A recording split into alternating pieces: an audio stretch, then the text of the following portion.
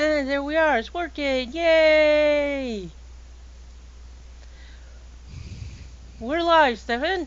And hello to... Awesome. Sometimes I dream of saving the world, saving everyone from the invisible hand, the one that forces us to work for them. The guys that play God without permission.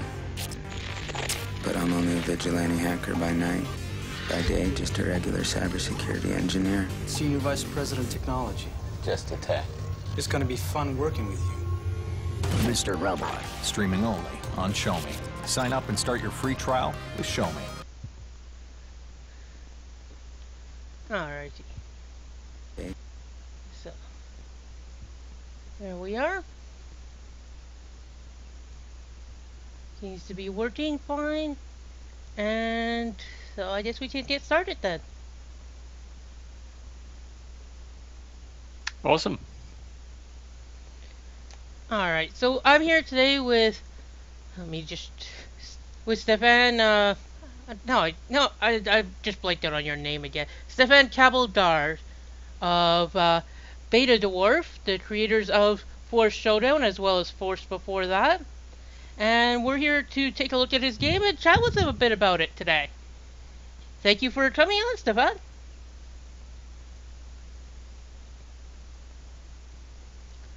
So, for those who don't know it, Force Showdown is an upcoming... Thank you for having me. And we're happy to have you here.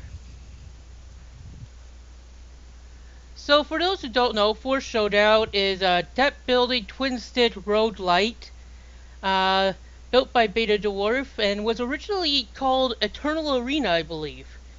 Before, That's correct. And now it's been mashed into the Force franchise and is coming out on March 29th. And so we're going to take a look at some of the stuff in it today. We're not going to be able to go over everything as it is still pre-release. But you can probably get an idea of some of the mechanics and things in the game. And if you have any questions for either me or Stefan, feel free to toss your questions into the chat. I've put in, I think, about 25 hours at this point in the game. Oh, that's a lot. Yeah. I've been enjoying it, even though I suck, and... I hope you're getting better and better. Well, it don't suck as much. So, we're only going to be playing a couple of the heroes today. And we're going to start off with the Squire Light. He's one of the first two heroes you automatically unlock. You automatically get when you start the game up. And so he is basically a short range character who uses bolts of light, essentially, that stream channel at people. And our companion here is going to be Xiao Long, who's a little flying lizard who shoots out energy bolts. We're going to play with my basic deck here. I accidentally deleted the default, forgetting that I would need it, I guess, for today. So it's an upgraded deck with some of the cards I've unlocked through play. I guess it's powerful since it's called power. Nah. No. I don't know about that. I probably carry a few too many MTG lessons over. Did I have the volume muted? I probably do. Have you unlocked a lot of cards? Have I unlocked what? A lot of cards? A decent amount, I think. Yeah, okay. So, let me see here. I could probably... Oh, wait, I can't pull it up right now, can I? We'll have to wait till between matches we'll be able to see. I think about 25% of the Supreme, 60-something of the commons and such. Okay. So, in Force Showdown, you have... So we're in the Crucible, which is the first of the 3 shows that are available. And in that, so we have Artifact, we have 4 battles you can choose between. You have to complete 2 before going to the big one here, which takes you to the next stage. Each of the battles have their own rules in them that either add, subtract, or do nothing to minions and add things. Like Artifacts will give a random upgrade, fluctuations, and it gives extra minions. Fluctuations doesn't add minions, but it randomly mixes up all the mana costs. by +1 or -1. Quick minions reduces minions, but makes them all faster. And Heat Wave tosses, well, chunks of molten rock at you all across the street. So, Oh, sorry? you know them all pretty well by now. Or at These least ones some at of them, least. you know. Yeah. So this one here, we're doing Artifact, and we are doing, and our enemy here is Jahun.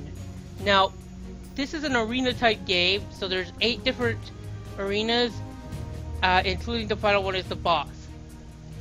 And up until the boss, he is only fighting indirectly against you with his abilities.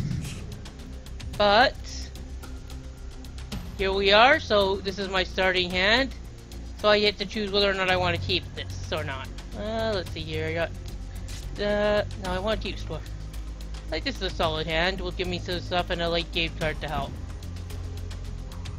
So I play Squire Puff because I have 1 mana. Mana works a lot like Hearthstone. You get 1 more per turn, and none carries over per. And so, as long as my Squire Puff survives, I'll get plus 15% damage for the rest of this arena. And my random upgrade was a reflective shield. So, whenever I'm dealt damage, I deal damage back. And I believe we can see a little bug there, Stefan. The reflective shield's supposed to stay twice, but its ability is. Thanks for pointing that out. I'll immediately write that down. And here we are. So you see how the game works. You're top-down-ish twin stick and running around. You have 3. You have your basic attack set to left mouse button, which is. Then you have your alternate attack, which has a cooldown on right mouse, and you have what's generally a defensive skill set to E. You can rebind some of those, and I believe the E and each of those vary by character what exactly they are. So, all right, piercing light. Now let me shoot through things. And so your goal here is to get to the edge. You do not heal between rounds unless you play a card or pick up heal. So he gets basically 7 rounds to weaken you up. And then, and if you defeat him, you get points and gold at the end, and you can use those for different things. So here are, because I got this round, now if I came in for 3, I'm going to play my consumable, which is one of 3 card types. So this will put down in a separate area. What Call the Sun does is, if I use it and it only has 3 charges throughout the whole thing, I can heal myself and damage enemies. So you'll see here, that now works on, but if I hit a 1, I suppose I use that. I'm not going to be using it right now because I want to save it ideally for a bad situation or when I need to, or can save as many as I can for the boss.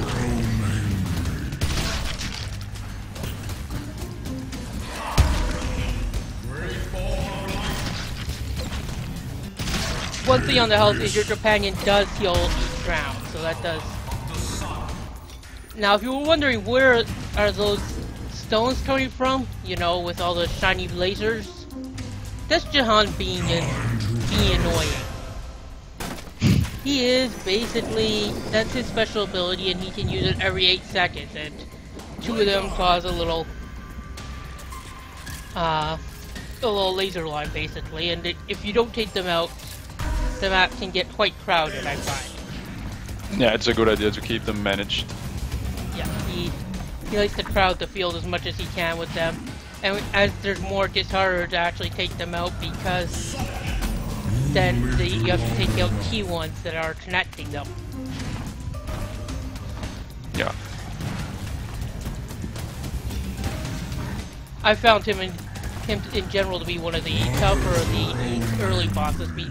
Not so much in these levels, but in the final one because of in later. The actual boss fight is hard. You mean? Or yeah, you mean the actual boss fight against them is a bit hard? Yeah, I don't mean it's too hard. I just mean that I find that some of the other ones are a bit simpler than him. Yeah, that might be true. There's nothing. Yeah, so.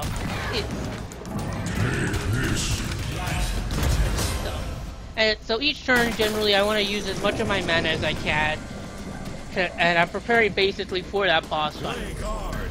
I also need to try and make sure I pick up as many points as I can, which will help me in future rounds. So here I'm going to play... Drop kit. And that's an upgrade. Basically, upgrades stay on you for the whole time. And they go there on the bottom left. You'll see them. And so, they do all sorts of different things. And there tends to be the most character-specific ones are upgrades. I haven't seen many in the way of character-specific consumables or spells. I don't know if there is any or not. There are a few, but primarily upgrades. Yeah, which makes sense because, and they can heavily change. Some of those character-specific ones can significantly change what you're doing. Because there's that final spawner. Because, for example, my passive ability on Squire Light is Speed of Light. When you are attacked, Speed of Light hits twice as fast for 2 seconds. One of those ones we were talking about, one of those upgrades actually changes that to an active ability, which is interesting. It's a pretty big change there to turn a passive into something more active. Oh, that's true, yeah. The one that makes like a field beneath you that you have to be within to deal extra damage and so on. Yeah, when you use Guardian or use it, or you can trigger it to do extra. And now that is a treasure goblin. Or gremlin. And he drops lots of points and gold if you kill him fast enough. Yeah. It's one of the things that adds some tension to matches is that if you don't kill fast enough, you don't get those points. And that will make future ones a bit harder, potentially, and decrease your rewards overall. But this round will be easier.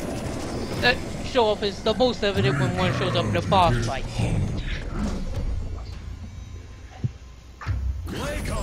Okay.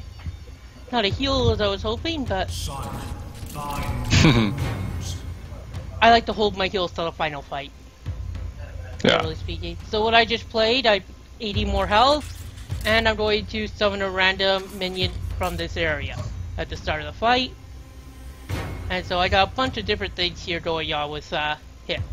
So, Piercing Light, I pierce enemies and I get plus 1.5 range. When I use my right click, after a short period, I get an automatic second shot. For each nearby enemy, I get plus attack speed and damage. And there's a 20% chance I get Necromancer enemies I kill as allies for the rest of the fight.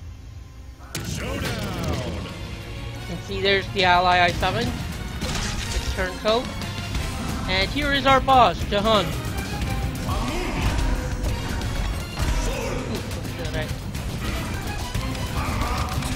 Our Charger is a pretty good ally, so that's nice. Yeah, the Charger, he's also really annoying if you don't. Yeah, it's true that he can hit you even as an ally.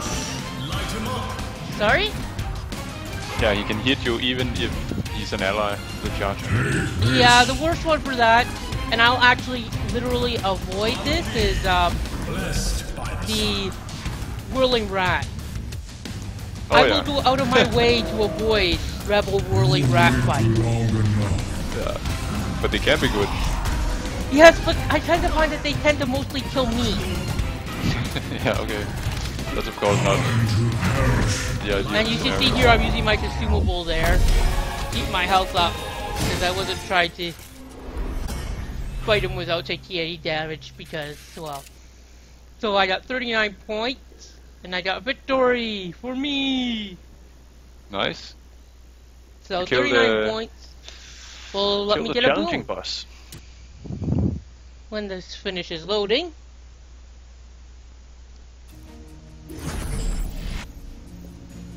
Alright, so at 20 points, 45, 75 is it? I can't remember exactly which one is the next one after 45, but... And boons give a these are all common boons. There are bigger ones in later areas. Let's see here. I'm gonna go with plus attack. I don't know if attack speed really does much for Squire. It does. It does help him to like cycle through his 3 different attacks faster. So here, I'm probably gonna go with light globes healing. So now there'll be more health globes. And so on the other side here, I'm going to show. Let's see. Let's go with heat waves. Let's show off the molten rocks. So and we got the captain is our enemy here. Which means lots and lots of mines, if I remember correctly. See, mines or lasers, I always mix those two up. Have you beaten the captain before? Yeah. Okay. He also takes some time to getting used to. Yeah. Yeah, I've beaten I've beaten Crucible, so I have beaten a bunch of them here. Yeah. Let's see here. So this turn I can't cast anything other than Mana Puff. And I want to save Mana Puff because... Wait, do I want to, or to... Actually I'm probably best off because I don't want... And then I can play my 2 3s, yeah. So I want to make sure he lives and then I'll get +2 mana next turn. This was me experimenting with some of the... Oh joy, those... Really? In this... Okay, that's just not fair. Yeah, that is the mine. He is the mine guy. I'm a little behind, so I'm not exactly sure what you're seeing, but it sounds cool. Oh, it's this map is the on the area appears with the little fire crystals. Ah. So basically, these are one of the environmental hazards in the game. There are a bunch of them throughout. This one you can see here, it's pointing in an area, and so if you walk in front of it, it can fire a line of fire down. And given that we already got Heat Wave and Mr. I'm dropping mines everywhere. Yeah, but if then it's tough. This is going to be a very hazardous and perfect. So I got 1 mana spell here. So I'm going to play Turncoat as my upgrade, and I'm also going to play Squire Puff. So, and you see that's my new ally, and he can fire off little. So each of those little rocks you see floating around do 20 damage if I hit them, if I run into them. So.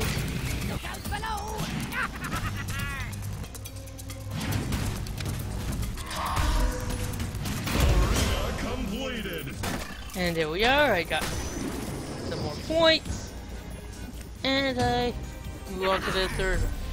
So I got 2 heals here, but what I'm going to play is a ward spell, which is one of the spells that it carries over. Most of them are typically instant effect. Wards basically trigger once.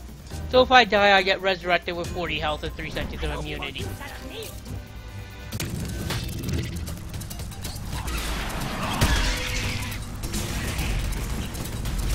And given this is me playing, and the odds are I likely will at some point.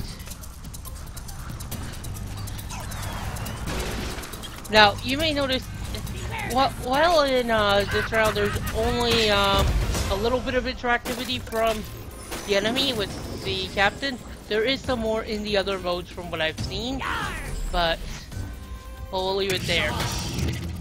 But the Crucible keeps the enemy interactivity there directly a bit low on the lower side to help introduce the player to the game. I'm pretty sure what's going on there.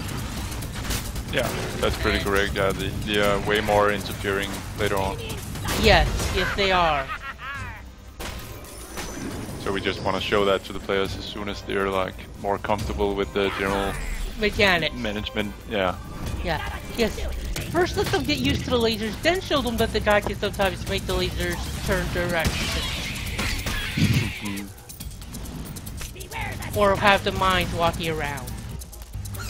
Yeah, you've tried that already, I guess. Yeah, ran into both of those on several occasions. The laser one was... Oh, that's a rebel rat. Yes. and Rocketeers. Ah, ran into the... Completed. Is Squire Light your favorite hero? Hmm? Is Squire Light your favorite character? Either Squire Light or Stormbringer. Yeah, okay.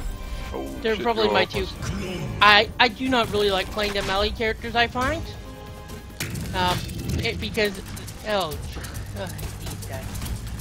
I'd probably put Squire Light slightly over him, but it's a close one there between the two of them. Yeah. But... I don't really find the melee characters that good. I'll show one off here, but be advised, I really suck because they require you to be much more on top of knowing where to move. I think. How are you playing with a mouse and keyboard or? Mouse and keyboard, yeah. Yeah, okay. I tried with what's this? I tried with the games that I didn't find that it played that. I didn't find it played bad, but not as well as I was used to after playing with the mouse and keyboard for a while. So. No. Ah. And so you'll see here, there's a decent amount of enemy variety, even in the first region. You'll find that very quickly that there's a lot of enemies, and each of the enemies are pretty distinct in what they do. So, and here we are. Here's the captain, the Mad Bomber. Play cards. So, boom, heal, heal, and I might as well summon the Mana Puff for no reason other than it's a target, I guess. Yeah, might as well do it. So, there are puffs that can do more, that are actually more active than the Squire and Mana Puff. They actually do attack. The Wizard Puff in particular is one I like for doing that with. And you can see here how the captain.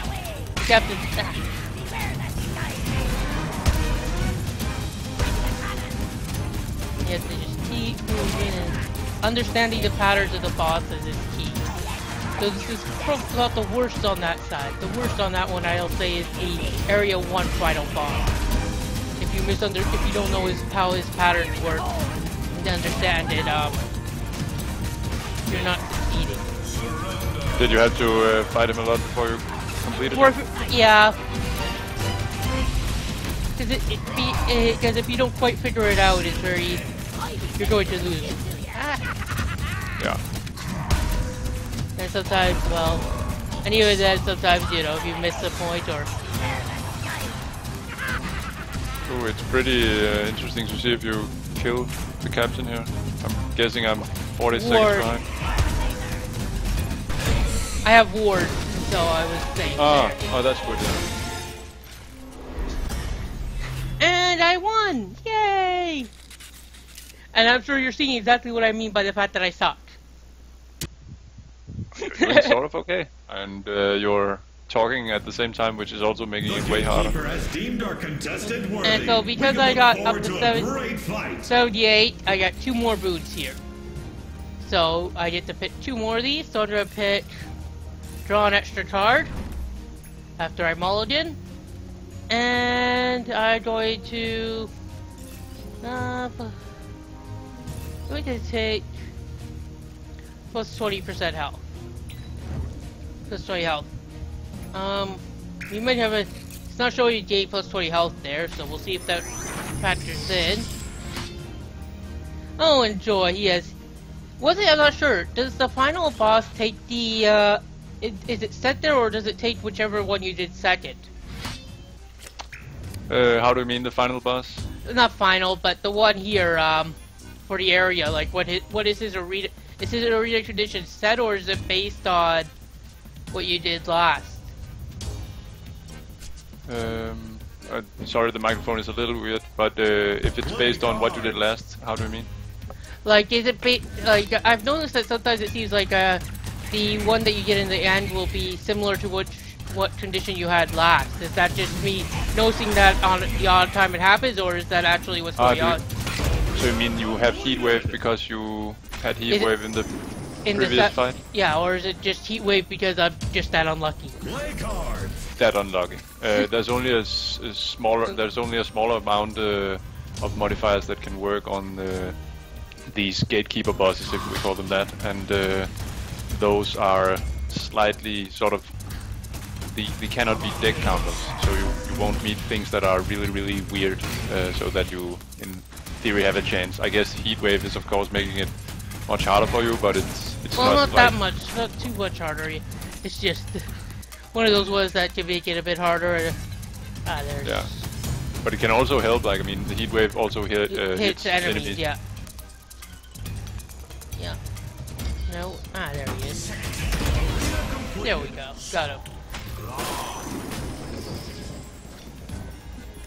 And you'll see he summons his possibility is he summons shields which prevent me from damaging enemies, which is a prelude to his boss battle. And yeah, it does seem the plus 20 health boon did not impact it. the plus 20 health boon did not impact it. So that does not appear to be working. Oh, you should have had 160 or what, Grimmy? Yeah. Okay, Because of the quest that's pretty interesting. I had 140 base because of the different quests I've completed. Okay, I'm gonna definitely write that down. Let's see here, at 4 mana, so I can choose to heal up a bit here or do something, or I can play Turncoat again.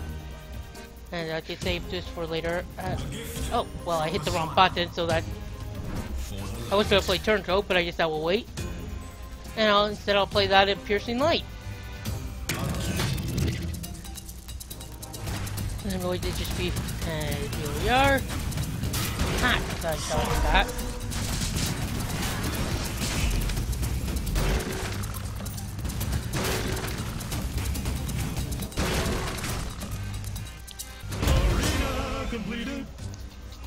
Run over there, grab the point, and onto the next arena.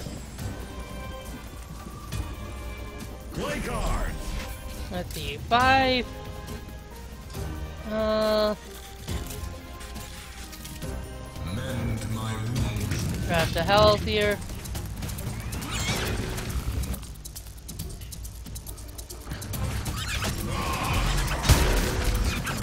So what his protective ability does is it gives him invulnerability for a handful of seconds. Each of the characters' protective abilities does something a bit different, which is pretty cool. It's not, and it varies how you play with them. Some there. Yeah, I guess the Ravager doesn't even have like a protective ability, other than he's good at jumping around. Yeah. And he's also he's really fast and mobile, and that's what his thing is. Yeah, true.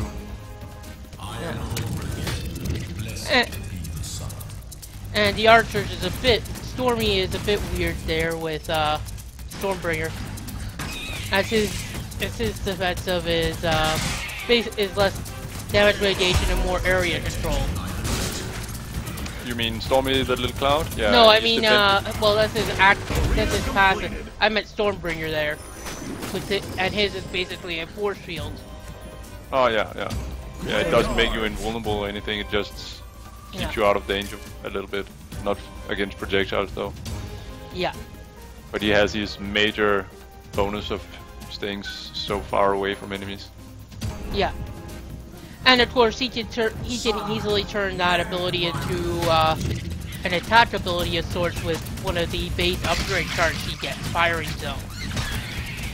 Yeah. Which because I think from what I've played, I think he's the hero who benefits most from increased attack speed. Him and Ravager. Yeah. They all They all get different benefits, I imagine. Yeah. I'm not sure. Volto's the hero I've probably had the most issues playing. Yeah. I just find him very awkward. Yeah, it's actually my favorite character. So I guess it's just like what people are into. Yeah. And here is our Snake Lord, who, unlike XCOM 2, is not going to get you in trouble with the moderators at Firaxis Sports. Alright, let's see here. Okay, I'm going to play Weapons Upgrade, because I wanted a healing spell. Thank you, Deck.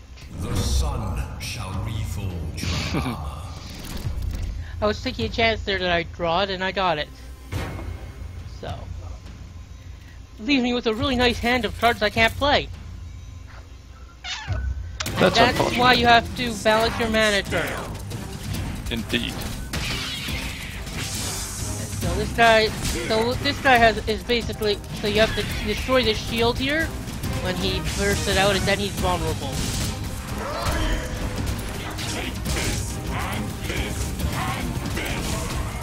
And then you have to remember that he's no longer vulnerable and get the hell out of the way. Or else you end up doing what I do and taking a ton of damage for no reason.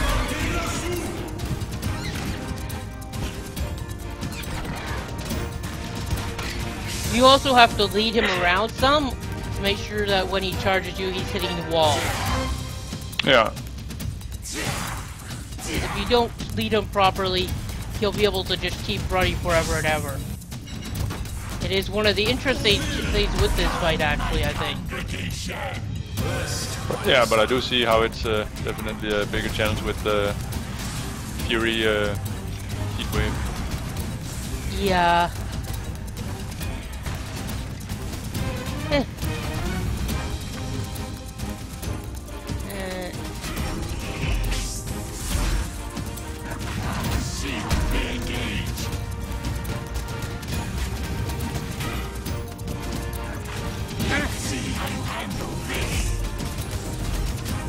Oh, so close.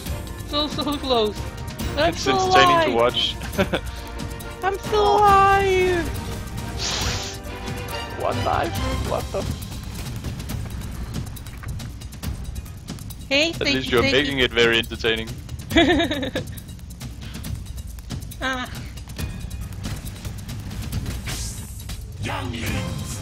Oh, geez. Did you die? No, he's doing the whole rock summon thing instead of doing the summon thing instead of charging. Oh. Probably because he's had too long where he couldn't charge. There we go. But this is an issue because he...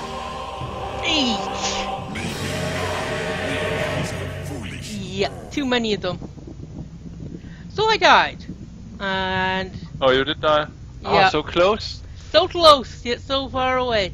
Having those guys all coming down at me as I tried to hit them was a little too much. So I die there. So now we get the after action report basically on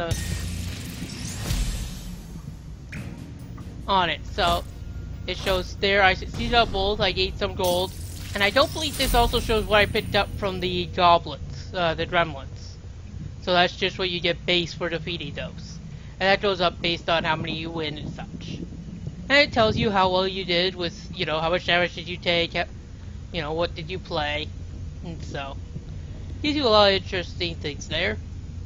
And then close. And it brings you back here. Which, well, you have, oh, that's not where I wanted to be. I wanted to go here, the quest. And these are what you unlock as you go through. So, and that's how you increase different things and unlock things. And so it can be a little odd at times. Not odd in a bad way, but just cause some ways that you have to change how you're playing. Some of them are simple, like defeat a boss, but some of them require you to play really fast. Some of them require you to change how you're playing a bit there, like destroy 14 barrels in 2 seconds. So that's a example of something that's doing it just a bit different. And so you unlock these, and they unlock different things like new cards, new health, new boots, gold, and new heroes and companions. Yeah, the overview has gotten a little bit better, so like your rewards descriptions are easier to understand and so on, because now they're a bit like a big text blurb. Yeah. Like I got the Ravager there when I believe, let's see, when you defeated a bunch of, you have to have 4 consumables in all, consumable in all 4 slots. Have killed a ton of enemies and kill 6 enemies in 6 seconds. So you get the companion health increase, the new Ravager, and you get a bunch of Ravager specific cards. So. So. Now what can you do with that gold? Well, I don't have quite enough gold right now to spin, so we'll do this later. But you can also forge cards. So you just say. So Oh, you have a lot of shots. Yeah, I have a savvy up there, so I was trying. So, and they get you cards you already owe. You don't owe, sorry. So, and you can see there at the bottom, it shows you how many you owe. I do wish that the Rare and Supreme were a little more color differentiated. Oh yeah, okay. Oh, that's just me being colorblind, so blue and purple look a lot the same. Okay, that's actually interesting. So you can see here the different cards. And so these are all cards I only had 0 or 1 of. And how you get more shards is when you roll on there you get it, or if you roll and you can land on ones that give you shards, or if you get cards you already have the maximum of. And so over here is the debt building section. And so you have debts, you have up to 5 debts per champion. And you can see here there's different things you can sort by hero, what type of spell it is, and mana cost. And so, you know, hero specific things, neutral. If I wanted to see consumables that are his, well, he has none. So, you can see all those things like that around. And there are cards also that you do have to look a bit sometimes, you have to remember for things that are related to those. Like, to give an example, there's a few cards that are related to consumables, but aren't consumables, just like most card games have. So, whereas, like, Living Weapon, plus 8% damage for every consumable you play. There's another one that heals you, that gives you health every consumable you play. Where is that? I think it's 2 mana card. Let's see here. Where is it? I know. If you have it. I do. There it is. Consumer. It. Plus 15 health for every consumable card you play. Oh yeah. And there's a few more like that as well. There's one that I believe that gives more charges. I believe in the 4 area or something. But that's the type of thing that there's a lot of interactive cards that allow you to build a deck basically as you will. And so, it gives a lot of freedom there to help create your own playstyle even within that hero. So. Alright, let's see here. Do we want to do let's see how bad I can do with Volto here on a simple run. So, now we can talk a bit about the game, and I think that we can show up a few of the other areas. So, you were telling me a bit earlier, and you've talked about it some before, I know, that you guys have a pretty interesting history over at Beta Dwarf with how you got your first game, Force, done up. Would you care to tell everybody about that? Sure. So we started at a university 5 years ago, where we stayed for like 7-8 months, kind of illegally. Before we were discovered, we were all living in a classroom that wasn't really used, and then we were just developing all day long and trying to do some classes as well. But after a semester or so, the classroom was utilized again by some of the lecturers, and then they realized that we had been using it and were sleeping there and stuff like that, which was basically illegal. So they threw us out, and we didn't really have any place to go. So we cooperatively put together some money and rented a house together, where we all like moved into a couple of weeks later, and then we lived there for a year, and then we ran out of money again and made a Kickstarter, which luckily went through, which was enough money to move to Copenhagen and get a slightly better office closer to, a more civilized city. And you guys were having issues with the Kickstarter until you guys posted about your story, if I remember correctly, right? On Imager? Yeah, that's correct. Yeah, on Imager, yeah. So yeah, it's pretty hard as a new studio to get any press attention. So basically, we had to figure out a way to do that without press. And so we actually did that. Yeah. And it managed to succeed there, because, well, I mean, we're having this discussion, I guess. And you guys were able to get your funding to create Force. Yeah, and then the launch actually did much better than expected, which has been the foundation for funding this game that we're playing now. Yeah, and unlike a lot of Kickstarter, you guys didn't take Eternal Arena to Kickstarter, did you? Yes, we did actually. Oh, okay, I missed that. But it was labeled Eternal Arenas. It was just like a small, quick one we did, and it didn't blow up big, but it was successful, and yeah, has definitely helped us out, especially with the community who's been really good at giving us feedback towards the launch. Yeah. And so I'm just piling up block here on Volto right now. Did you know that you can charge the hammer by holding it down? Yes, I do. Yeah, okay, yeah. All of them have charge up ability on their attacks. Well, I don't know actually, does Ravager? No, he doesn't have. But he has the marks that he just gets by hitting things. Yeah, he has his frenzy ability. Yeah. Play cards. Let's see here. Yeah, and you can see there. What I went for with this deck was the idea of trying to get block as basically as high as I could. Well, that's also efficient if it works. Yeah, using one of his unique cards, the Rock, basically. Do you have the what's it called, shock helmet? The legendary helmet? No, it's like a shock helmet where there's a chance when you're hit to do a shock nova that... I own it, I do not have it in here. Okay, but it's pretty good to combine with block chance. Yeah, I can see that there. And so, let's see.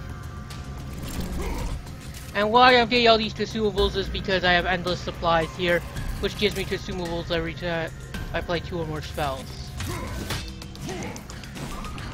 So... And what you may have noticed is why I fired that mirror match off there was because it has an ability that allows it to recharge, basically replenish, if it gets a kill. And you can see there doing that at 3 again, it recovered it. So.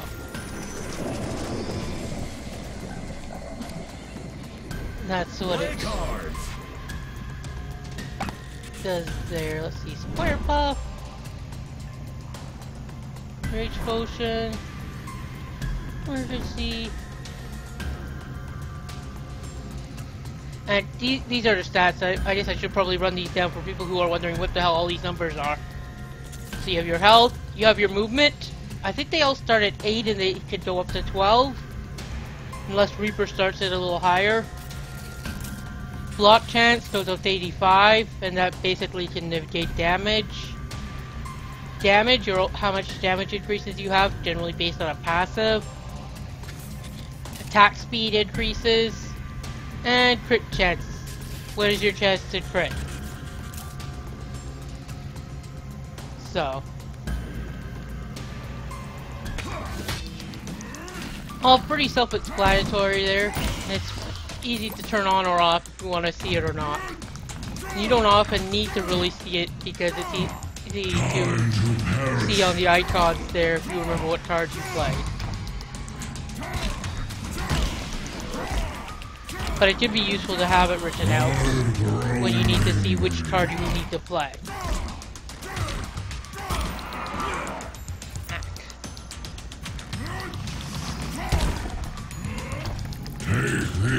What environment do you think is the hardest?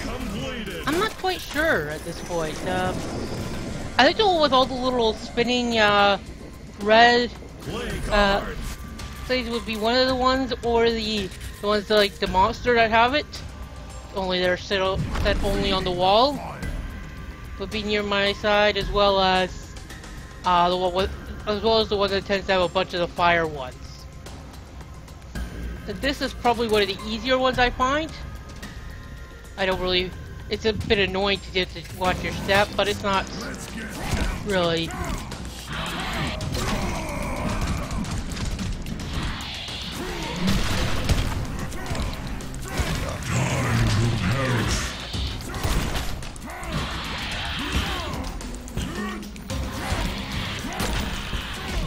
It's more annoying, this one, I find it hard. Because you just have to keep your eye open for where there's a trap. Okay. So, it's not a bad thing, but it's mostly just keep your eye open for where there's a trap. And you have to just make sure that you move quickly over the steps. The easiest one I might think is some of the statue ones. Oh, the garden world. Hmm? Like the garden world, the green yeah. world? Yeah. It has monsters, obviously, that are very specific to it in the statues, which is, I think, a pretty neat one. How the statues sometimes come to life. But it's not... Yeah. But the map itself, the challenges in it tend to be... Have you figured out why they come to life? No, I have not. I did not know there was any particular reason. Oh, okay. It's if you hit them. Ah, interesting. I didn't notice that they said summoned, so I noticed they weren't showing summoned, so I assumed it was. And let's see here. Alright, so I can play exactly one of these, because I only have one consumable slot left. Oh, Spin to Win is actually one of my favorite cards. Which one? Oh, Spin to Win. the It can be extremely powerful especially if you're in a crowded area. You just yeah, the so fireball much one, spin yeah. attack. Yeah, that's one of the that's one of my favorite ones on him. I think I'm gonna go with Nanomed Injector here. Oh, it's like your spin. Didn't you play Spin to Win and then it's not over there? Yeah, it is a bit weird. It's not there. I don't know why. I'm gonna run.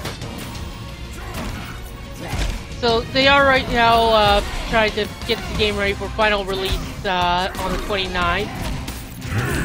But here we are. Yeah, and it's not applying either.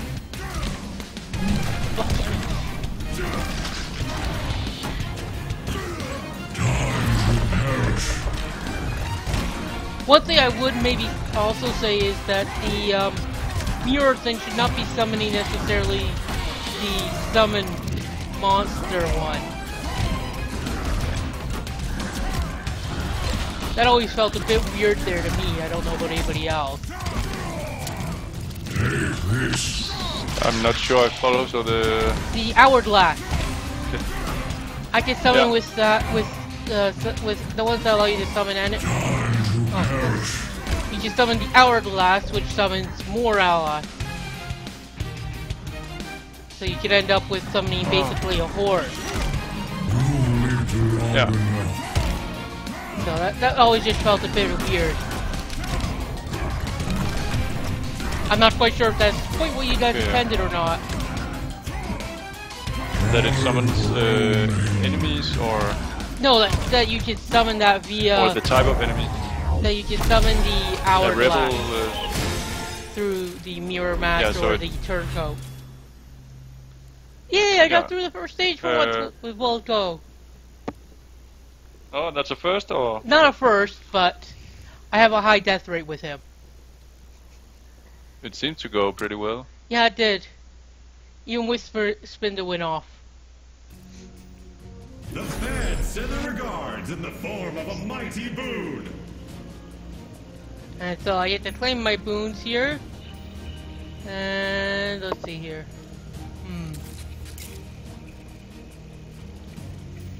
I think I'll go with attack speed.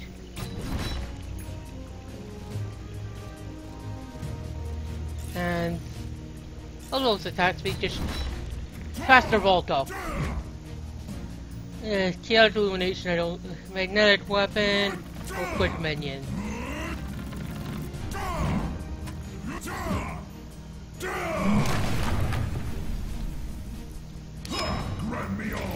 And his magma shield is his defensive active, basically, and it lets him summon a shield.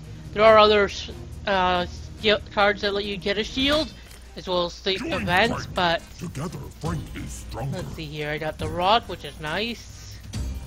I like this one, and this one is a neat one.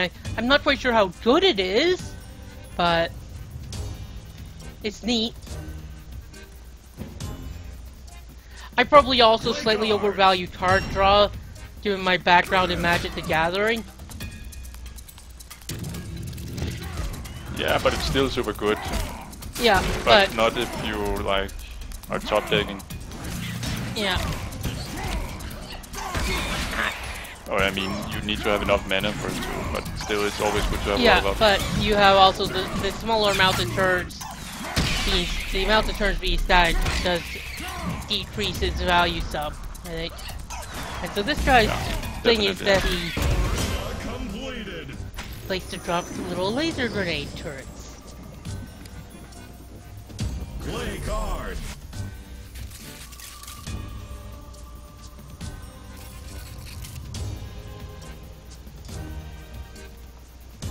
So you can see there the boons are showing right there, alongside whatever spells I played. So I can play High Roller, or I can play Mana Boon and get Hammer Time and then play High. I think I'll do that probably. Because I want to save this. If I can play this next turn when I have 3 mana, there's a chance I'll be able to play whatever I draw if I draw 1 mana 1. And if I take any damage,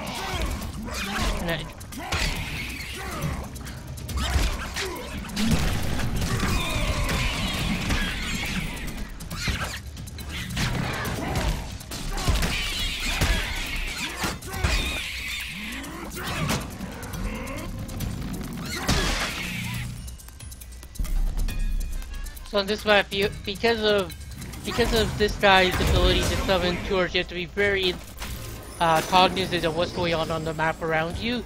Some of them you have to be watching for what's being dropped. This guy in particular, you have to be cognizant more, I think, of barriers to know what you can use to get away from his fire lines. Now that's worth the price. So you always need to keep an eye on it, but they become more important with how he does his ability impacting things, I find.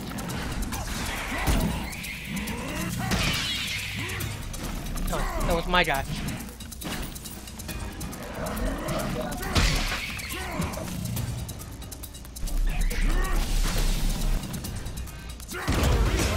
And there, I'm trying to make use of hammer time, which is reasonably. So what interested you guys, I mean, in making a rather different game from your first one with Forced Showdown? Why we did that, or what did you say? What interested you in making Forced Showdown, which is rather different from your first game? Yeah, so we, oh, now I'm interested to see if Spin to Win actually, can you, oh, I guess I'm behind. Yeah, it's super weird.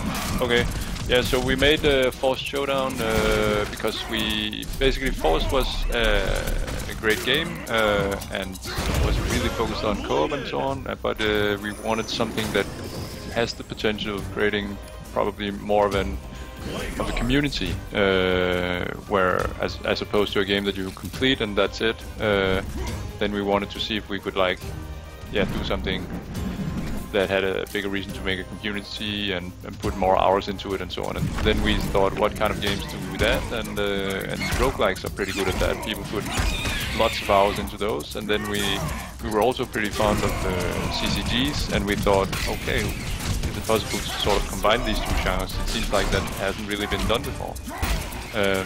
And still keep within the Forced universe. So we didn't want to make a sequel to the Forced, original Forced yet, but we wanted to continue on the actual IP. And so that was kind of the decision making into making this, that we could like keep a lot of what we've learned from Forced with combat and how the world is structured and stuff like that, and then try to build kind of a new-ish game within it. I guess you could compare it a little with Mario, where there's really different Mario games with the same names, basically.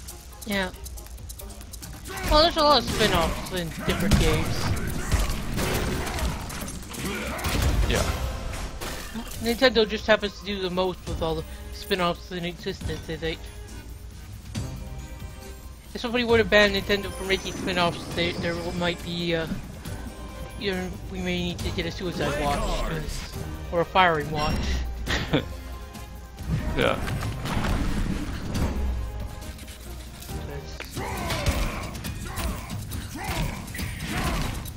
And sometimes, you know, the Mana Goblin is nice, the Treasure Goblin's nice, and he opens right beside you, trapping himself in a little corner.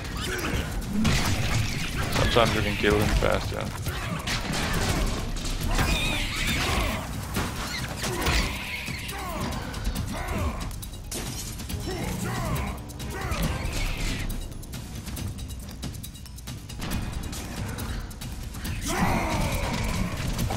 Yeah, I don't think this.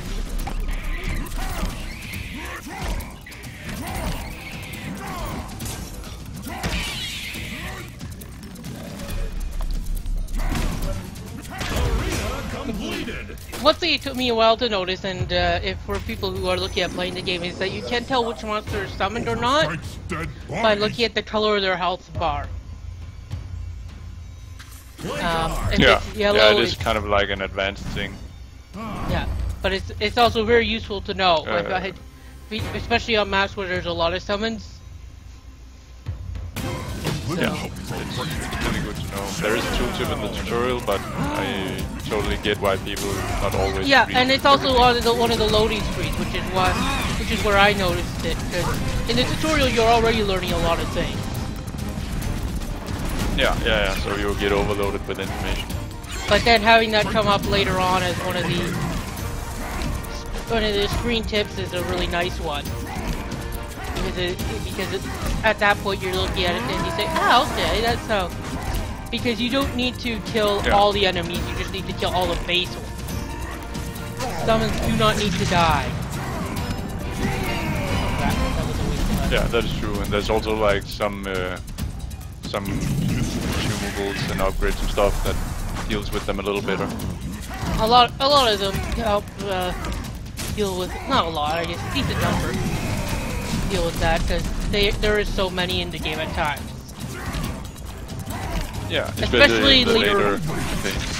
Especially come, say, the second range. Where you just start seeing, where your enemies start being more active.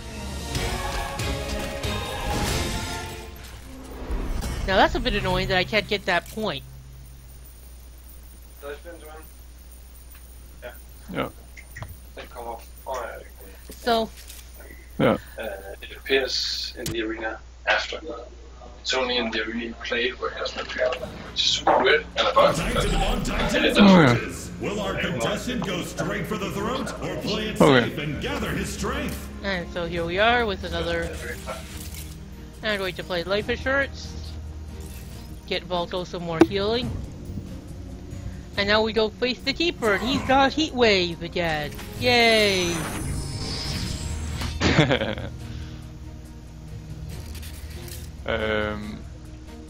Don, is it okay if I, because some of the other guys need me for some stuff, is it okay if this is the last battle? That's fine, yeah. So... of course, you to continue, but yeah. Yeah. So, are there any plans to let players choose what cards they get? That's one of the things I noticed there with the shard system, is that you end up, even after, because you're using that to get cards that you don't have, but it's still a random chance even after you've already gotten through the random. Yeah, the shots are just guaranteeing you that you don't have to be random, or you will get it at some point. Yeah. Yeah, to finish your collection. but we wanted to keep like a Diablo-ish random loot thing to it. So, for instance, in Diablo, you can't guarantee that you get a certain legendary you need. And yeah, we kind of like that. Well, you can on some legendaries. You can. Some legendaries you can. Yeah, that's true. There's a few. There's some that you can guarantee it. If you know where you're going. Depending on which version of Diablo we're speaking about, of course. I know mostly 2. Yeah. So. But no, there's no current plan doing that. Okay. I was wondering, what are your guys' plans once the game launches for dealing with the for helping to continue work on the game?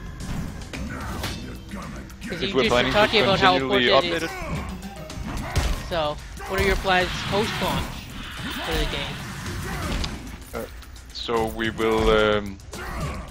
will keep on developing it and see what the community sort of wants after release when we get a lot of data and feedback, and then we will add new worlds, new playable character. We will add new daily modes, and yeah, a lot of stuff that I can't reveal, but that's some of it at least. Yeah.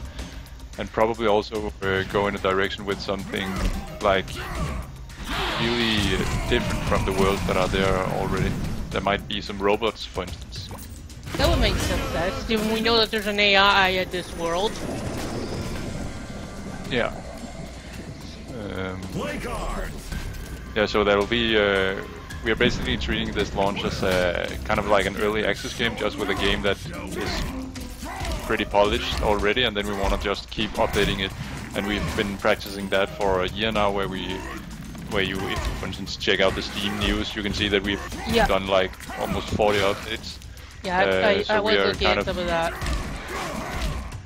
Yeah, so we're like in the loop of, we know how to sort of do that, and we wish to like keep on doing that, and especially with what the community wants and so on. Alright. Yeah, in particular, one part that I was wanting to check for talking with other people is, I was stumbling all over myself there. Whether you plan on selling shards or something as a microtransaction at any point. I know. No, there will be no such thing as free-to-play mechanics or in-app purchases in that way. There will only be like big DLC expansions. That's what I figured, but I also know that since Hearthstone did it, there's all ever since a certain developer said ever since Payday 2, people have been a lot more upset about those things existing. I think that one really that one really got people. Yeah. I understand why, but yeah, I guess I should also say that I don't know, maybe it will change to that, but at least for the next very long time we don't want to focus on paid DLC. Yeah, I don't think they would have been annoyed if it had just been cosmetics so much. There would have been some, but you know.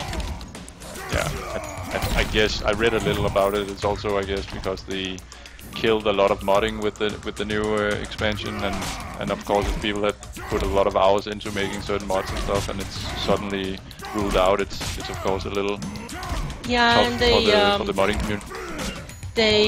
They also had a whole bunch of outstanding things they'd already sold that weren't developed yet, and they also made the skins basically very powerful at some of them, and that's. Oh, you have to. Yeah. That's what kind of. Sorry. That's what got a lot of people, I think, there. Yeah. Apparently, when I was talking with one of my colleagues who did play the game, apparently they completely changed how some builds have to work and what was possible and what wasn't, based on some of the things like concealability, so how much gear you could take with you, basically. Oh yeah. So, and I know some of our readers are. So one thing I have noticed in the last year or so is that there's a big trend with the deck building games. I'm not sure which one. Hearthstone probably kicked it off some. I don't know, but it's been a trend in indie games as well. Do you think that? Have you seen like other games comparable to this, for instance? The closest might be Hand of Fate. Yeah, that's basically the only one I know about. But there's a lot of games that are, there's Guild of Dungeoneering, which is also a roguelite with deck building. That's actually true, I also played that, that's pretty cool. Yeah, and there's other games that have been doing it. It's Except becoming, that increasingly, it's becoming the mechanic du jour, I guess. Do you think that there's going to be, people are going to be a bit tired of it over time, or do you think it's a mechanic that's here to stay? I think deck building is there to stay, but I think it appeals to a certain type of players. And there we go. Thought I was out of his reach, I guess not. Did you die? Yep. Back from the dead. Yeah, I guess it's also a tough opponent while talking. Yeah, so I'd like you should join our event on the March 23rd. What's happening on March 23rd? It is kind of a secret, but haven't I sent you like an invitation? All right, please do so. And depending on what's going on, maybe I'll be talking with who's ever watching then. And so here we go. I can show off the fortune here, just so people can see that before we head off. The Wheel of Fortune. So you spin. I have noticed that some of these don't show up right away right now. There seems to be a bit of a bug. It's not showing here, but sometimes it will take till you spin it again for it to do the pop-up.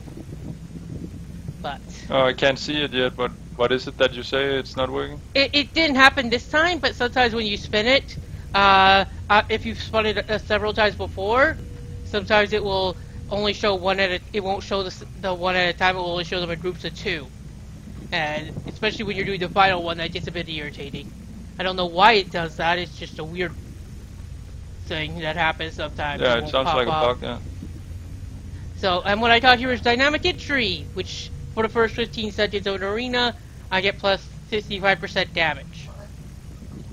Which is a nice one, especially if you're wanting to do one of the quests that requires you to go fast, and there's a bunch of those. Over here, Did you have that already, or? I had one copy of it. So that's the second one. Okay. So, you know, things like, clear 5 arenas in less than 12 seconds each. So, for example, I do have that one, but, you know, stuff like that makes Dynamic Entry really useful because you can clear much faster when you have rush cards. And so I'd like to thank Stefan for coming here and talking with us today. And yeah, thanks for having me. Thank you, and you gotta get back up to developing. Definitely, yeah. We'll sooner launch. Yep, you guys are launching, and it's $19.99 on launch. Yes, it is.